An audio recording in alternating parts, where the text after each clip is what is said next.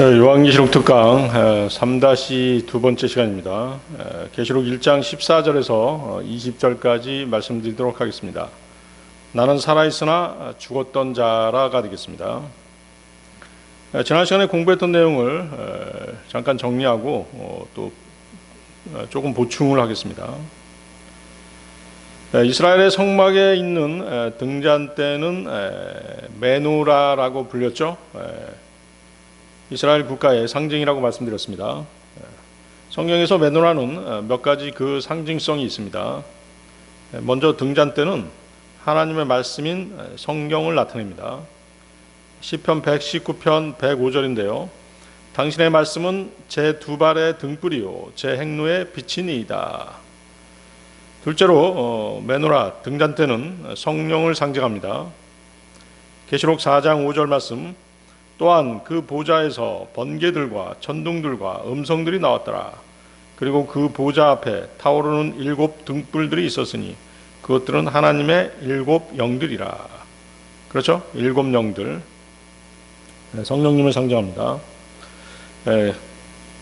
금 등잔대가 성막의 그 빵 차림상에 놓여 있는 그 빵에 빛을 비추듯이 성령님께서는 성경을 조명해 주시는 것입니다. 세 번째, 메노라는 교회를 상징합니다. 계시록 1장 20절인데요. 그리고 내가 본 7 등잔대들은 7 교회들이라. 계시록 1장 13절에서 사도 요한은 예수님께서 그 7 등잔대 가운데에 서 계신 것을 보았습니다. 금 등잔대는 꽃이 핀 아몬드 나무와 유사하게 생겼습니다.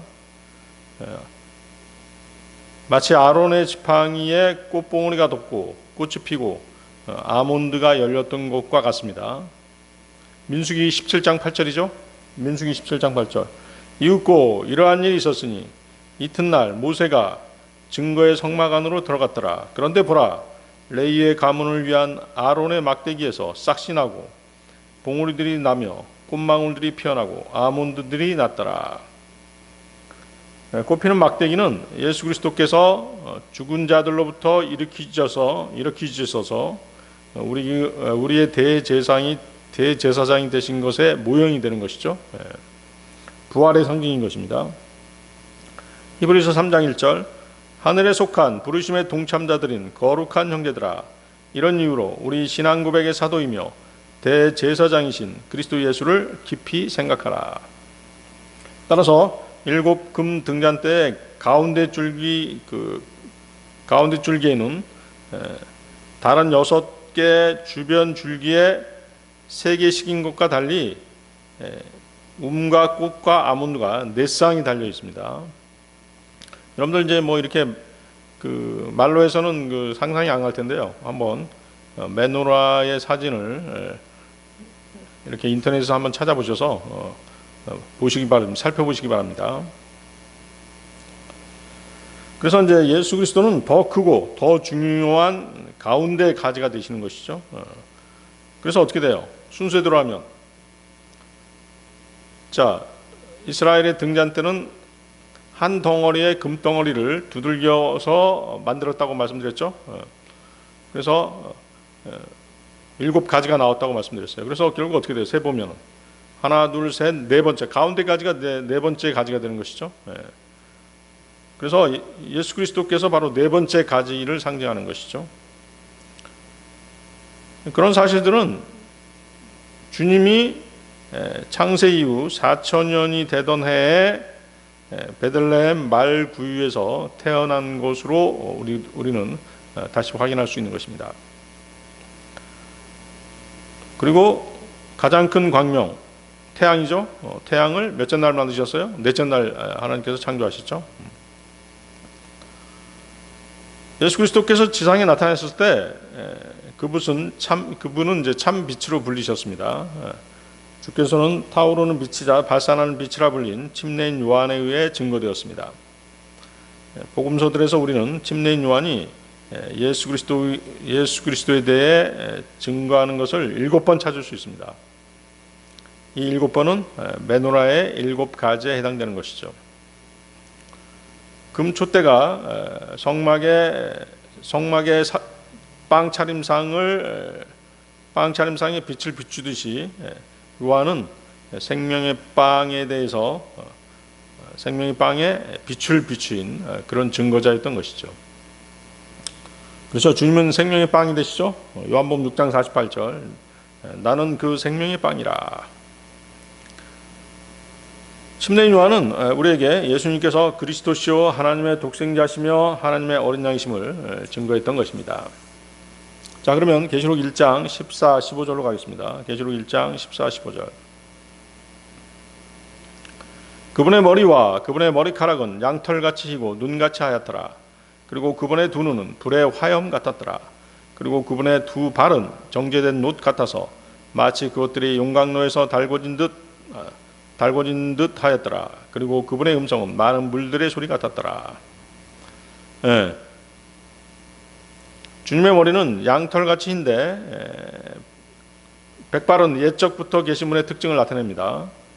그리스도 안에 계신 하나님은 처음부터 태초부터 계신 분이셨습니다. 지금도 그렇지만 고대 사회에서는 어때요? 흰머리와 흰 수염은 가부장적인 권위와 지혜의 상징으로 여겨졌습니다.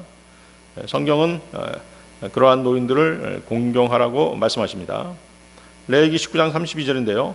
너는 흰머리 앞에서 일어나고 노인의 얼굴을 공경하며 너의 하나님을 두려워할지니라. 나는 주로다. 잠언 20장 29절에서 청년들의 영광은 그들의 힘이라. 그리고 노인들의 아름다움은 백발이라. 그래서 이제 그 영국의 그 판사들과 변호사들은 재판할 때 백발의 가발을 쓰죠. 여러분들 이렇게 어떤 그 동영상이라든가 영화에서 그런 거 보셨을 것입니다. 또 장군들과 유명 인사들도 흰 가발을 착용하는 것을 권위의 상징으로 여겼던 것입니다. 따라서 흰머리는 지혜로우시고 공의로우신 심판자로서의 주님의 모습을 상징적으로 보여주고 있는 것입니다. 다니엘도 주님의 그와 같은 모습을 똑같이 묘사했죠. 다니엘서 7장 9절인데요. 나는 그 보좌들이 무너질 때까지 주목하였더니 태고의 날들부터 계시는 분께서 앉아 계셨느니라. 그분의 의복은 눈같이 하얗고 그분의 머리털은 순수한 양털 같았더라. 그분의 보좌는 맹렬한 불꽃 같았고 그분의 바퀴들은 극렬한 불 같았더라. 그분의 머리털은 순수한 양털 같았더라.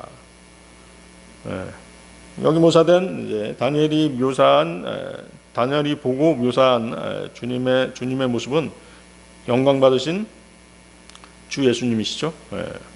인간으로 세상에 오셨을 때의 모습과는 전혀 다릅니다. 이 땅에 오셔서 십자가에 달리신 주님의 모습은 붉은빛이 도는 황갈색 피부를 한 유대인이셨습니다. 동양인이셨죠. 수치 많은 검은 머리칼, 검은 눈썹, 검은 수염을 지니셨습니다. 아가서 5장 10절 11절에서 확인할 수 있는데요. 아가서 5장 10절 11절 나의 사랑을 받는 이는 희고도 불구스름하나니 1만 명 가운데 제일 가는 분이시라. 그분의 머리는 최고급 정금 같고 그분의 머리털은 수치 많으며 까마귀같이 검도다. 까마귀같이 검도다. 아시아인은 대부분 검은 머리죠. 하지만 영광 받으신 부활하신 예수 그리스도께서는 눈같이 하얀 의복을 입으시고 순수한 양털 같은 머리털을 지니셨습니다. 눈같이 하얀 의복, 순수한 양털 같은 머리털은 세상 죄인들이 주님의 보혈의 공로로 죄가 씻겨나가게 되면 주님의 의를 전가받고 정결하고 순수하며 거룩한 의의 옷을 입게 되는 것을 말씀하고 계신 것입니다. 이사야서 1장 18절인데요. 이사야서 1장 18절 이제 오라 그리고 우리가 함께 변론하자. 주가 말하노라 너희의 죄들이 주홍 같을지라도 그것들이 눈같이 희게 되리라. 그것들이 진홍같이 붉을지라도 그것들이 양털같이 되리라. 부활하셨을 때 주님의 눈은 맑고 순수한 눈이셨습니다. 아가서 5장 12절 그분의 두 눈은 물들이 흐르는 강가들에 있는 비둘기들의 눈 같아서 젖으로 씻겨져 알맞게 박혀있도다. 자, 그러나 이제 사도 요한이 본 주님은 영광 받으신 전능하신 하나님의 모습이었던 것입니다. 그분의 눈은 모든 것을 태워버리실 것 같은 불꽃 같은 눈을 지니셨습니다. 주님의 이 모습이 심판 때 보게 될 전지전능하신 하나님의 모습인 것입니다. 15절 다시 보십시오. 15절. 그분의 두 발은 정제된 놋 같아서 마치 그것들이 용광로에서 달궈진 듯 하였더라. 자, 여기서 이제 그 정제된 놋이 상징하는 게 뭐죠? 놋이 상징하는 것은 심판이죠.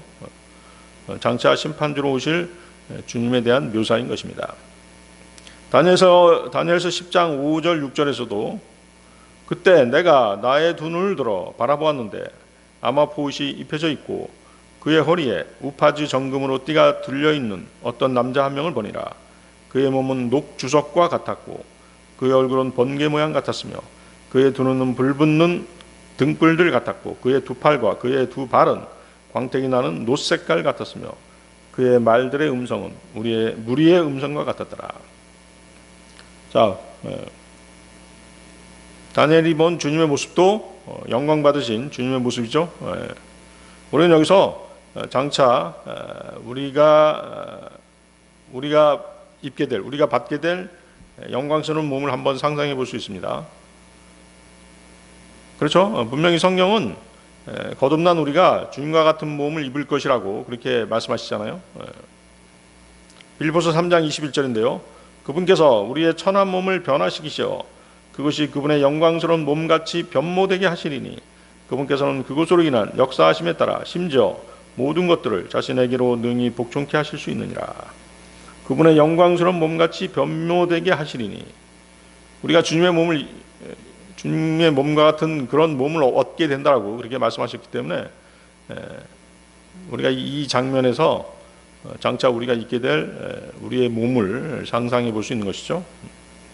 그렇다면 우리가 입게 될 영광스러운 형상은 다니엘이 묘사한 것처럼 녹주석과 같은 몸, 번개 같은 얼굴, 불붙는 등불 같은 눈, 용광로에서 나온 놋같이 정제된 두 발과 두 팔, 그리고 음성은 많은 물들의 소리 혹은 무리의 소리가 될 것입니다.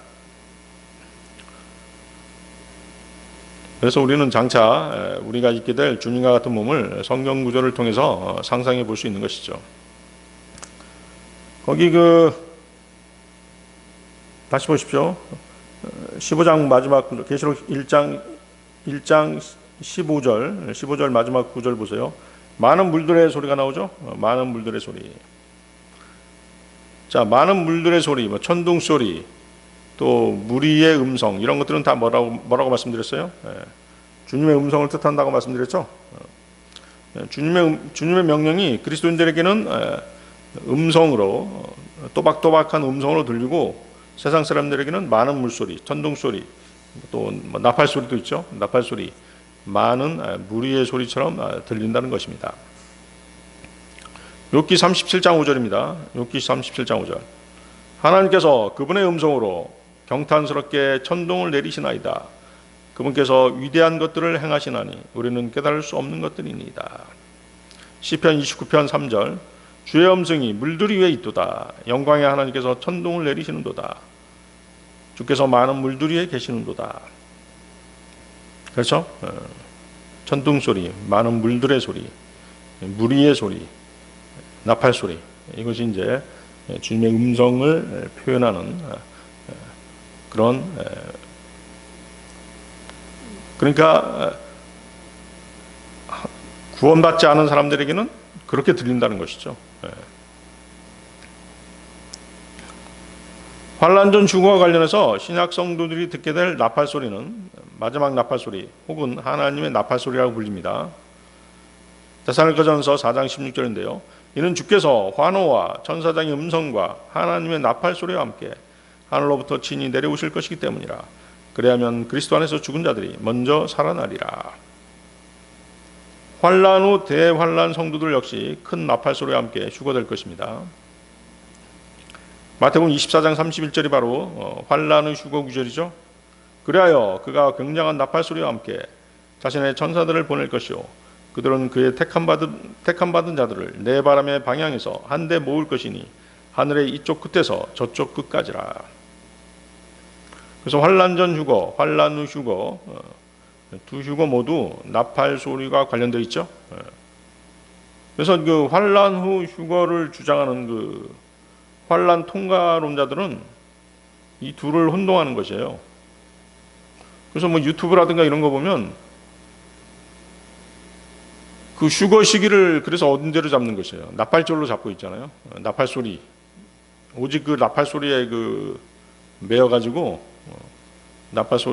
나팔절로 휴거 기간을 그때로 잡는 것이죠. 그렇지만 나팔절은 이제 바로 뭐예요? 환란 후 휴거죠. 그렇죠? 환란 후 휴거고 장막절 그 뒤에 있을 속죄일 장막절은 이제 바로 주님의 재림이죠. 환란 전 휴거는 성령 강림하셨던 6월절이 되는 것이죠. 그래서 4월 말이나 5월 초가 될 것이에요. 근데 이제 그 나팔 소리 하나에만 이렇게 그 매이게 되면 나팔절만이 휴거가 있는 것으로 그렇게 생각을 하는 것입니다. 그렇지만 나팔절은 환란 후 휴거와 관계가 있다는 거, 환란 전 휴거는 6월절과 관계가 있다는 거. 6월절이 아니라 성령 강림일, 오순절과 관련 있는 것이죠. 오순절과 관계가 있습니다. 이해하시겠죠?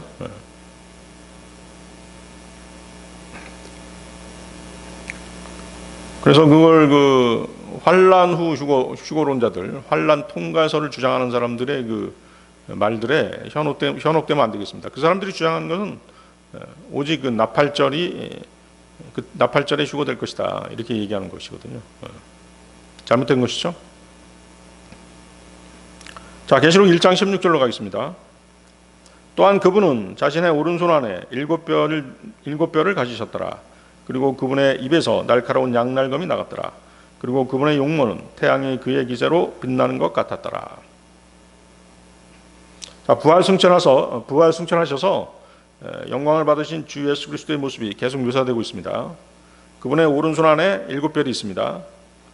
계시록 1장 20절이 7뼈를 해석해주고 계시죠? 계시록 1장 20절 먼저 보십시오. 7뼈는 7교회의 천사들이라. 별은 항상 행성이나 항성을 말하지 않습니다. 천사를 말할 때도 별이라는 단어를 사용하는 것이죠. 20절의 7교회가 그분의 오른손 안에 있습니다. 이 사실은 주님께서 그분의 교회들을 보호하시고 또 그 교회들을 시험하시며 시험에서 건져주신다는 그런 의미를 간직하고 있는 것입니다. 계시록 12장 4절인데요. 계시록 12장 4절. 그리고 그의 꼬리가 하늘의 별들 중 3분의 1을 끌어당겼고 그들을 땅으로 던졌더라. 용이죠. 붉은 용. 사탄입니다. 사탄이 하늘의 별들 중 3분의 1을 끌어당겨가지고 땅으로 던졌다는 것이죠. 지구로 던졌다는 것이에요.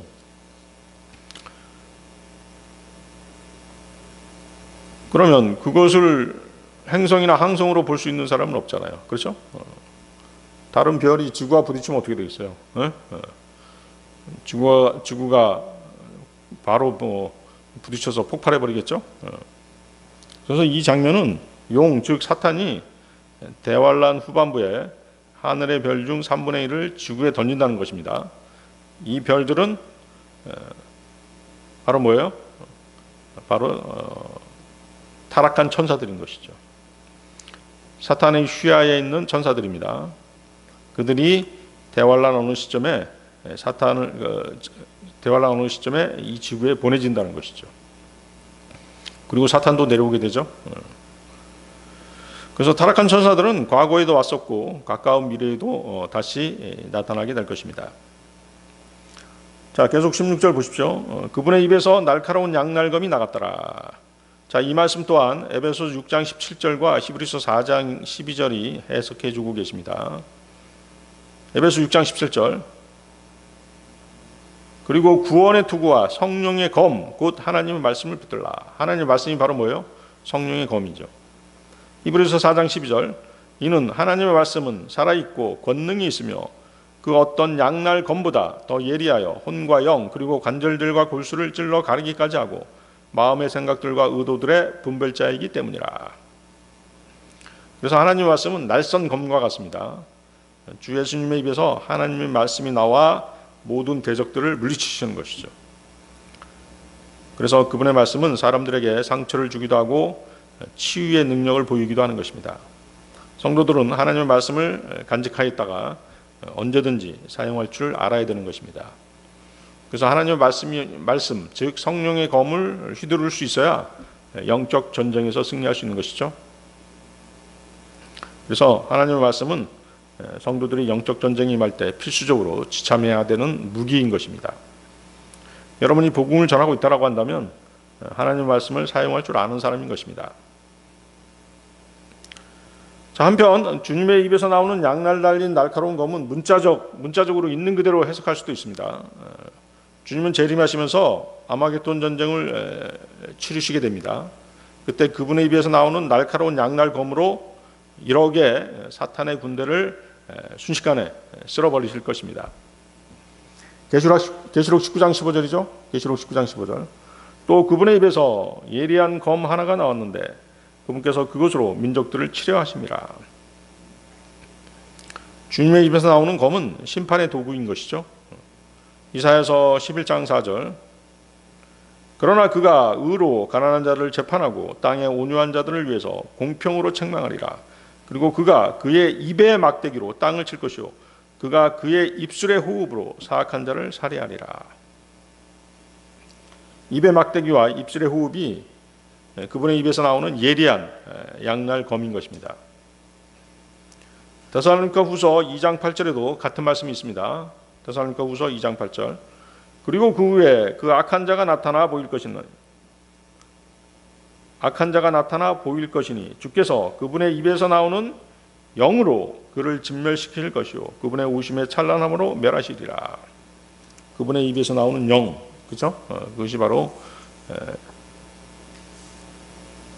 양날검인 것이죠. 그래서 주님의 말씀은 영이요 생명이다라고 되어 있죠. 요한복음 6장 63절인데요. 되살아나게 하는 것은 영이라 육신은 아무것도 유익하게 하지 아니하느니라. 내가 너희에게 전한 말들 그것들은 영이요 그것들은 생명이라. 그래서 정리해 보면 주님의 말씀은 뭐다? 영, 생명, 막대기, 칼, 입술의 호흡인 것입니다. 다시 한번 주님의 말씀은 뭐다고요? 영, 생명, 막대기, 칼, 입술의 호흡. 자, 계속 보십시오. 그분의 용모는 태양이 그의 기세로 빛나는 것 같았더라. 예. 태양빛이 막 이렇게 빛을 뿜는 그런 모습이었다는 것이죠. 그래서 그분의 용모는 해를 마주 쳐다볼 수 없는 것처럼 눈부시다는 것을 이렇게 표현하고 있습니다. 보통 태양은 남성성을 상징하죠. 성경에서는 주님을 상징합니다. 시편 19편 5절 6절인데요. 태양은 그의 침실에서 나오고 있는 신랑 같고, 그렇죠? 신랑 같고. 주님은 우리의 신랑 되시는 분이시죠. 교회가 그분의 신부잖아요. 태양은 그의 침실에서 나오고 있는 신랑 같고 강한 남자같이 경주에서 달리기를 크게 기뻐하나이다. 그의 나아감은 하늘의 끝에서부터요 그의 순환로는 그것의 끝들에 이르나이다. 그런즉 해의 열기로부터 숨겨지는 것이 아무것도 없나이다. 그래서 태양이 그 맹렬한 기세로 비추는 것은 지상 재림과 관련이 있습니다. 주님의 지상 재림이 임박하면 해가 어두워지고 달이 피처럼 변하는 현상이 발생하게 된다고 말씀하시죠. 대환란 끝에 물리적인 해와 물리적인 달은 빛을 잃습니다. 대신 태양으로 상징되시는 주님이 다시 오시는 것입니다. 아침에 태양이 솟구치고 그 빛이 비추는 것은 주님의 재림을 예표하는 것이죠. 말라키 4장 2절입니다. 말라키 4장 2절. 그러나 나의 이름을 두려워하는 너희에게 의의 태양이 그의 날개들 안에서 치유를 가지고 떠오르리라. 그래야면 너희가 밖으로 나가서 외양간의 송아지들 같이 자라나리라. 주님은 의의 태양이 되시죠. 주님은 참 빛이기에 영원 세계에서는 해와 달이 필요 없는 것입니다. 계시록 21장 23절. 그리고 그 도성은 그 안을 비추기 위하여 해를 필요로 하지 않았으며 달도 필요로 하지 않았더라. 이는 하나님의 영광이 그곳을 밝혔고 어린 양께서 그곳에 비치시기 때문이라. 그래서 우리가 이제 장차 가게 될 도성은 하늘에서 내려오는 새 예루살렘입니다. 계시록 21장 2절. 그런즉 나 요한은 거룩한 도성 곧 하늘에서 하나님께로부터 새 예루살렘이 내려오는 것을 보았는데 그녀의 남편을 위하여 단장된 신부같이 예비되었더라.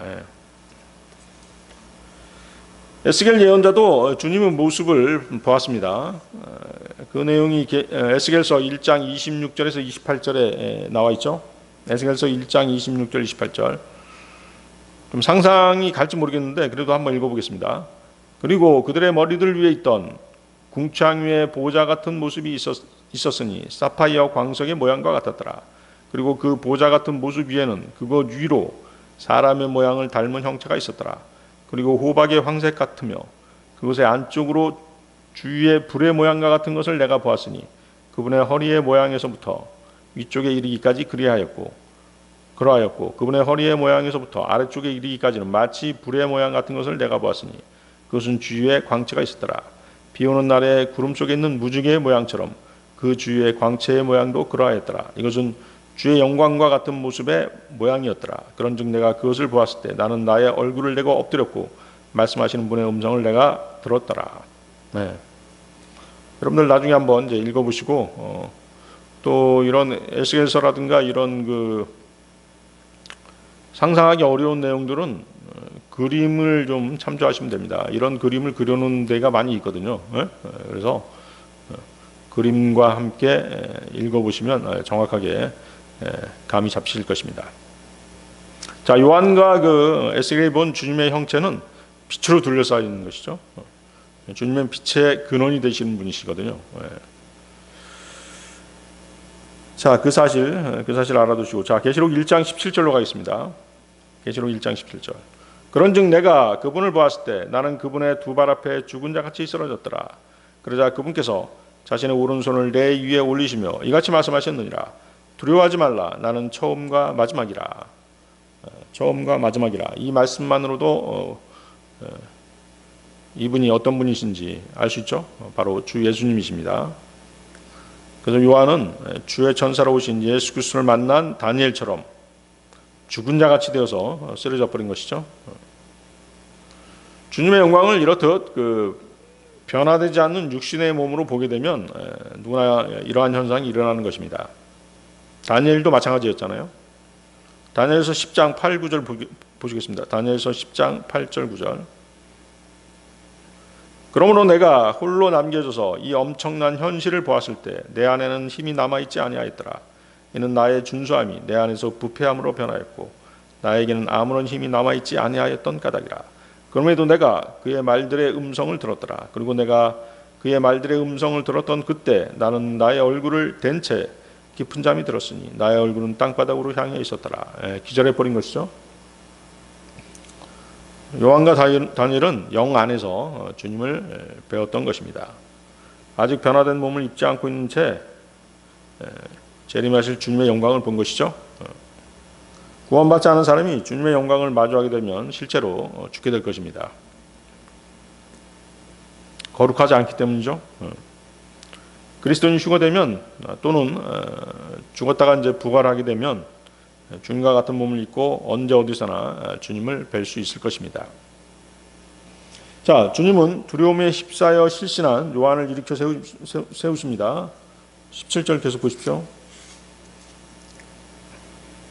죽은 자 같이 쓰러졌잖아요. 그리고 이제 그분 자신을 요한한테 계시하시죠. 뭐라고 계시하십니까? 다시 보십시오. 그분께서 자신의 오른손을 내 위에 올리시며 이같이 말씀하셨느니라. 두려워하지 말라. 나는 처음과 마지막이라. 알파요 오메가다. 주님의 영광 앞에 죄인은 죽은 자가 되어야 마땅한 것이죠. 우리 믿음 생활도 마찬가지죠. 자신의 자아가 살아서 펄펄 뛰게 되면 주님께서는 그에게 그분의 손길을 내밀지 않으십니다. 구원받은 원리도 똑같습니다. 구원받을 때 우리는 자신이 죄인임을 자백하고 회개해야 되는 것이죠. 하나님, 저는 죄 가운데 살다 죽을 수밖에 없는 죄인입니다. 지옥에 갈 수밖에 없는 죄인입니다. 이렇게 낮아졌을 때, 낮아진 상태에서 그분께 구원을 요청했을 때 우리에게 구원이 이루어지는 것입니다. 믿음을 우리가 받아들일 수 있는 것이죠. 그분의 보혈의 능력을 믿게 되는 것입니다. 그리고 이제 구원을 받는 것이죠. 그래서 하나님을 향한 회개, 그리고 예수 그리스도를 믿는 믿음, 이 두 가지가 복음의 핵심입니다. 사도행전 20장 21절인데요. 하나님을 향한 회개와 우리 주 예수 그리스도를 향한 믿음을 유대인들에게도 또한 헬라인들에게도 증언하였노라. 회개와 믿음, 이것이 구원받는 두 요소인 것입니다. 자, 구원받은 후에도 우리는 자신의 자아를 죽이는 훈련을 계속해야 되는 것입니다. 십자가에 자신을 못 박는 삶을 살아야 되는 것이죠. 나는 죽고 내 안에 그리스도께서 사시는 삶이 곧 믿음 생활인 것입니다. 고린도후서 13장 5절 6절인데요. 너희가 믿음 안에 있는지 스스로 점검하고 너희 자신을 입증하라. 너희가 버림받은 자들이 아니라면 예수 그리스도께서 너희 안에 계신 것을 너희 자신이 모르겠느냐? 그러나 우리가 버림받은 자들이 아닌 것을 너희가 알 것이라고 내가 확신하노라.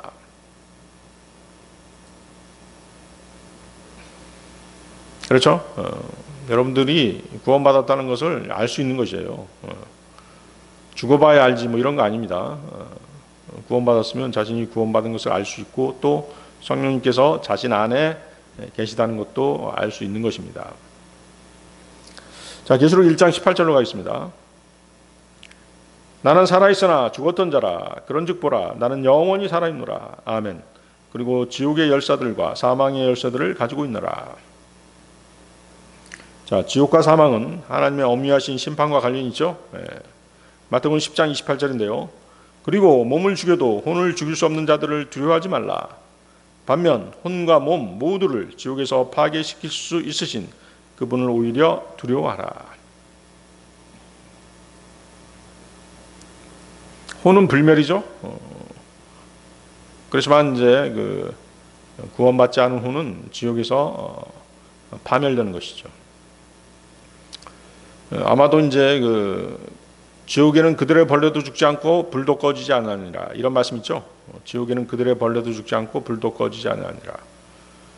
혼이 벌레처럼 변해서 계속 영원히 불타게 될 것이에요. 자, 1장 18절 보십시오. 나는 살아있으나 죽었던 자라. 주님은 부활 승천하셔서 지금 대제사장으로 살아계십니다. 전에 주님은 예언자로 이 땅에 오셔서 십자가에서 죽으셨죠.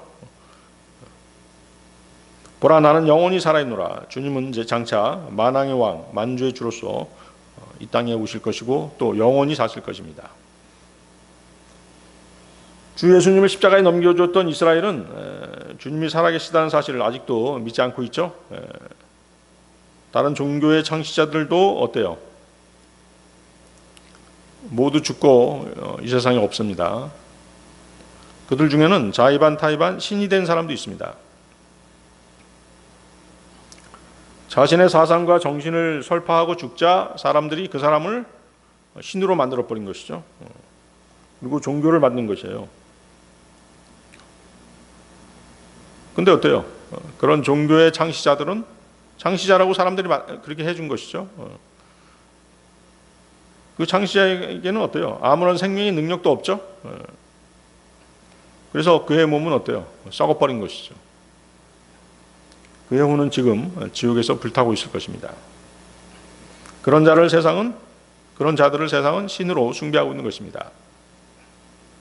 그러나 주 예수님은 창조주 하나님이십니다.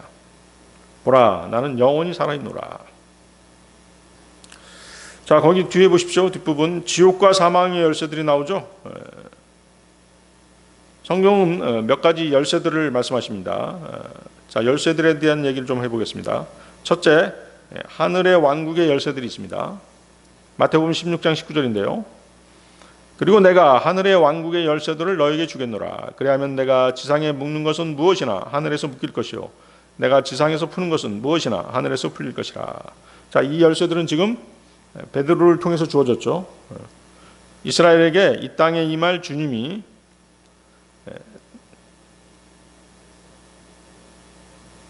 그러니까 이것은 뭐하고 관계 있냐면 왕국 복음하고 관계 있는 것이에요.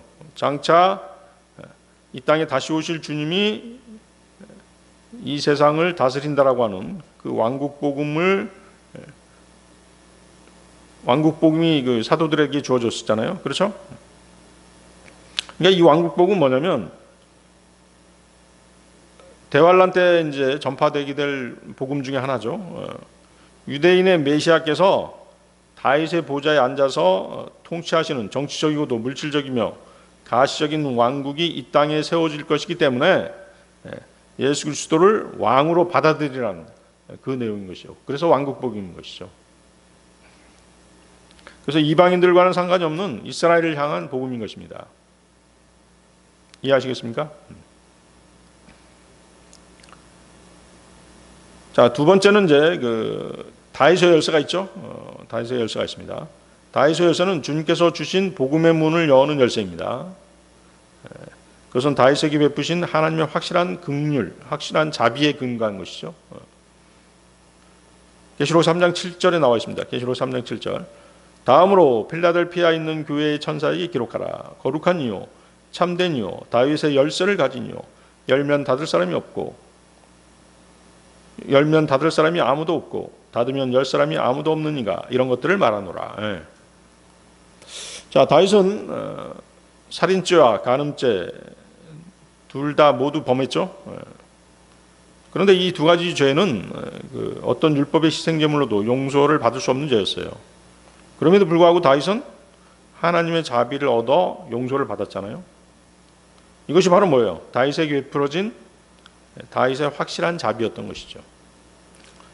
다윗에게 주어진 확실한 자비는 장차 복음을 듣고 값없이 구원을 받은 모든 그리스도인들이 입게 될 자비의 예표가 되는 것이죠. 이해하시겠습니까? 네. 그것을 또 알 수 있는 게 뭐냐면 이제 그 성령께서 다윗을 떠나지 않으셨잖아요. 그렇죠? 사울 같은 경우는 어땠어요? 사울은 이제 왕이 됐을 때 성령께서 임하셨죠. 그러다가 그가 불순종하고 하나님을 배반했을 때 하나님으로부터 마음이 멀어졌을 때 성령께서 떠나셨죠. 그렇지만 어때요? 다윗은 끝까지 성령께서 다윗을 떠나지 않으셨어요. 바로 이제 신약 그리스도인들이 그렇죠. 한번 우리에게 들어오신 성령님께서는 끝까지 우리를 떠나지 않으시는 것입니다. 자, 세 번째 열쇠는 계시록 9장에 나오는 끝없는 구렁이 열쇠가 있습니다. 끝없는 구렁이 열쇠. 계시록 9장 1절인데요. 다음으로 다섯째 천사가 나팔을 울렸더니 내가 하늘로부터 땅으로 떨어지는 별 하나를 보았도다. 그리고 그에게 끝없는 구렁이의 열쇠가 주어졌더라. 자, 이 열쇠는 대환란 때 열리게 될 구덩이에서 뭐가 나오는 것이에요? 메뚜기들이 나와서 사람들을 괴롭히는 일들이 생기게 됩니다. 그때 주어지는 열쇠가 뭐예요? 끝없는 구렁이 열쇠죠. 천사에게 주어졌고 그 별 하나가 떨어졌다고 되어 있잖아요. 별이 뭐라고 말씀드렸어요? 천사라고 말씀드렸죠. 그 천사가 구렁이 열쇠를 가지고 있다고 말씀하시는 것이죠. 그래서 그 천사가 이제 구렁을 여는 것이죠. 그렇게 됐을 때 그 구덩이에서 메뚜기들이 나오는 것이죠. 메뚜기와 같은 그런 이제 괴물들이죠. 사실은 우리 계시록 뒷부분에서 나오게 될 것입니다. 자, 또 다른 열쇠는 이제 계시록 1장 18절에서 주 예수 그리스도께서 지옥과 사망의 열쇠들을 가졌다라고 말씀하시죠. 주님께서는 누군가를 지옥에 보낼 합법적인 권리를 가지고 계십니다. 또 누군가를 죽일 권한도 가지고 계십니다. 그분만이 여러분을 지옥에 가는 대신 셋째 하늘로 보내실 수 있는 유일한 분이십니다. 예수님께서는 실제로 지옥에 다녀오셨죠? 예수님께서 십자가에 죽으셨을 때 지옥에 다녀오셨습니다. 지옥과 사망의 열쇠들을 가지고 계셨기 때문에 가능했던 것이죠. 그 외에도 이제 주님께서 유대인 율법사들을 나무라실 때 그들이 지식의 열쇠를 치워버렸다라고 그렇게 말씀하신 적이 있습니다. 지식의 열쇠. 누가복음 11장 52절인데요. 율법사들아 너희에게 화가 있기를 바라노라. 이는 너희가 지식의 열쇠를 치워버렸기 때문이니 너희 자신이 들어가지 않으면서도 들어가고 있던 자들을 너희가 저지하였도다. 죄인에게 진리를 열어 보여줄 수 있는 구약과 율법의 성경적 지식을 그들이 제대로 전하지 않은 것을 주님께서 지금 책망하신 것입니다.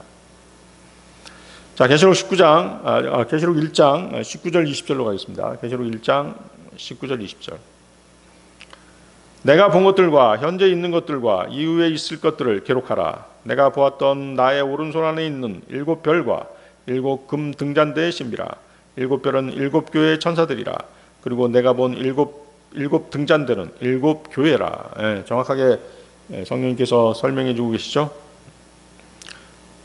자, 19절 보십시오. 내가 본 것들과 현재 있는 것들과 이후에 있을 것들을 기록하라. 지금 요한은 주의 날에 성령 안에서 주 하나님을 배웠습니다. 그분의 음성을 들었습니다. 요한은 현재 미래의 대환란 시점에 지금 와 있는 것이죠. 그리고 대환란 상황과 그리스도의 재림과 연관된 사건들을 지켜보고 있는 것입니다. 그러한 관점에서 볼 때 내가 본 것들, 즉 과거는 대환란 이전에 교회 시대의 사건들이 됩니다. 그렇죠? 그리고 현재 있는 일들이 뭐가 되는 거예요? 대환란에서 벌어진 일들을 보고 있는 것이죠. 이후에 일어날 일은 뭐겠어요? 그러면 대환란 이후 천년왕국과 영원 세계에 대한 설명이 이제 주를 이루게 될 것입니다. 자, 20절 계속 보십시오. 20절. 곧 내가 본 내 오른손에 있는 7별과 7금 등잔대의 신비라. 7별은 7교회의 천사들이요 내가 본 7 등잔대는 7교회니라. 자, 이것은 이제 그리스도인들에게만 계시된 신비입니다. 구원받지 않은 사람들은 무슨 말인지 모르죠. 영적인 일들은 구원받지 못한 자연인들이 알 수 없는 것입니다. 자, 다시 말씀드리면 7별은 7교회의 천사입니다. 앞에서 잠깐 설명했습니다만 예를 들어서 이스라엘을 대표하는 천사가 미카엘이죠. 그것과 마찬가지로 하늘에는 각 교회를 대표하는 천사가 있다는 것이죠. 엔젤릭 리프레젠테이티브가 있는 것이에요. 각 교회를 대표하는 천사가 있다는 것이죠. 또한 천사는 어떤 민족을 대표할 수도 있습니다. 다니엘서에서 그게 나오죠. 다니엘서 10장 20절. 그때 그분께서 이같이 말씀하셨느니라. 너는 어떤 이유에서 내가 너에게 왔는지 아느냐? 그리고 이제 나는 페르시아의 통치자와 싸우기 위하여 되돌아갈 것이라. 그런즉 보라, 내가 떠나간 후에 헬라의 통치자가 올 것이라. 페르시아의 통치자, 헬라의 통치자.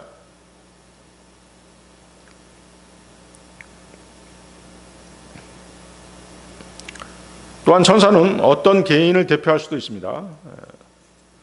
하나님께서 천사들을 구원받은 자들을 섬기는 영으로 보낼 수 있으시다라고 그렇게 말씀하시죠. 히브리서 1장 14절인데요. 천사들은 모두 구원의 상속인들이 될 자들을 위하여 섬기도록 보냄을 받은 섬기는 영들이 아니냐. 자, 어린 아이들의 그 천사들이 주 하나님을 배우는 경우도 있다라고 말씀하십니다. 마태복음 18장 10절. 너희가 이 어린이들 중 한 명이라도 멸시하지 않도록 주의하라. 이는 내가 너희에게 말하기를 하늘에서는 그들의 천사들이 하늘에 계신 나의 아버지 얼굴을 항상 뵙고 있느니라 하기 때문이라. 좀 신비로운 얘기죠. 신비로운 얘기인데 이걸 뭐 과학적으로 지금 설명하기는 어렵습니다. 최근에 그 양자역학이 나왔는데 양자역학으로 조금 설명할 수는 있을 것 같기도 합니다만은 정확하진 않겠죠. 과학적으로 설명하기는 어렵습니다. 어쨌거나 하나님께서는 어떤 대표성을 가진 천사들을 통해서 지상의 일들을 다 내려다보고 계신다는 것이죠. 자, 일곱 교회는 촛불이 켜진 일곱 금 등잔대를 상징합니다. 일곱 교회는 요한이 살던 당시에 소아시아, 지금의 튀르키예 지역에 있던 교회들이었습니다. 그런데 요한이 주의 날에 성령 안에서 이 교회들을 보았다라고 말합니다. 그렇다면 이 일곱 교회가 대환란 대환란을 통과하는 교회라는 것이죠. 휴거되지 못하고 이 땅에 남아있는 대환란 때의 교회들의 유형이 되는 것이죠. 그렇죠? 휴거되지 못했다라고 하는 것은 종교적으로 믿고 있었던 것이겠죠. 그렇기 때문에 휴거되지 못하고 남아있는 그런 교회들이 될 것입니다. 자, 성경에서 그 신비, 미스터리는 그리스도인들이 반드시 알아야 되는 것들입니다. 묻어두고 감춰두는 것이 아니죠. 성경에는 여러 신비들이 있습니다. 지금 우리는 이제 금 등잔대 신비에 대해서 공부를 했잖아요. 이 신비란 말이 나오면 반드시 알 수 있도록 여러분들은 공부하셔야 됩니다.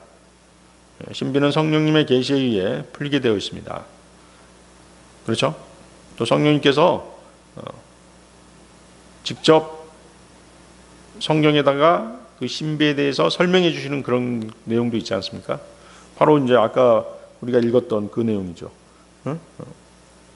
일곱 별과 일곱 금 등잔대 신비라 이렇게 말씀하시고 그거에 대한 설명도 친절하게 해주시잖아요.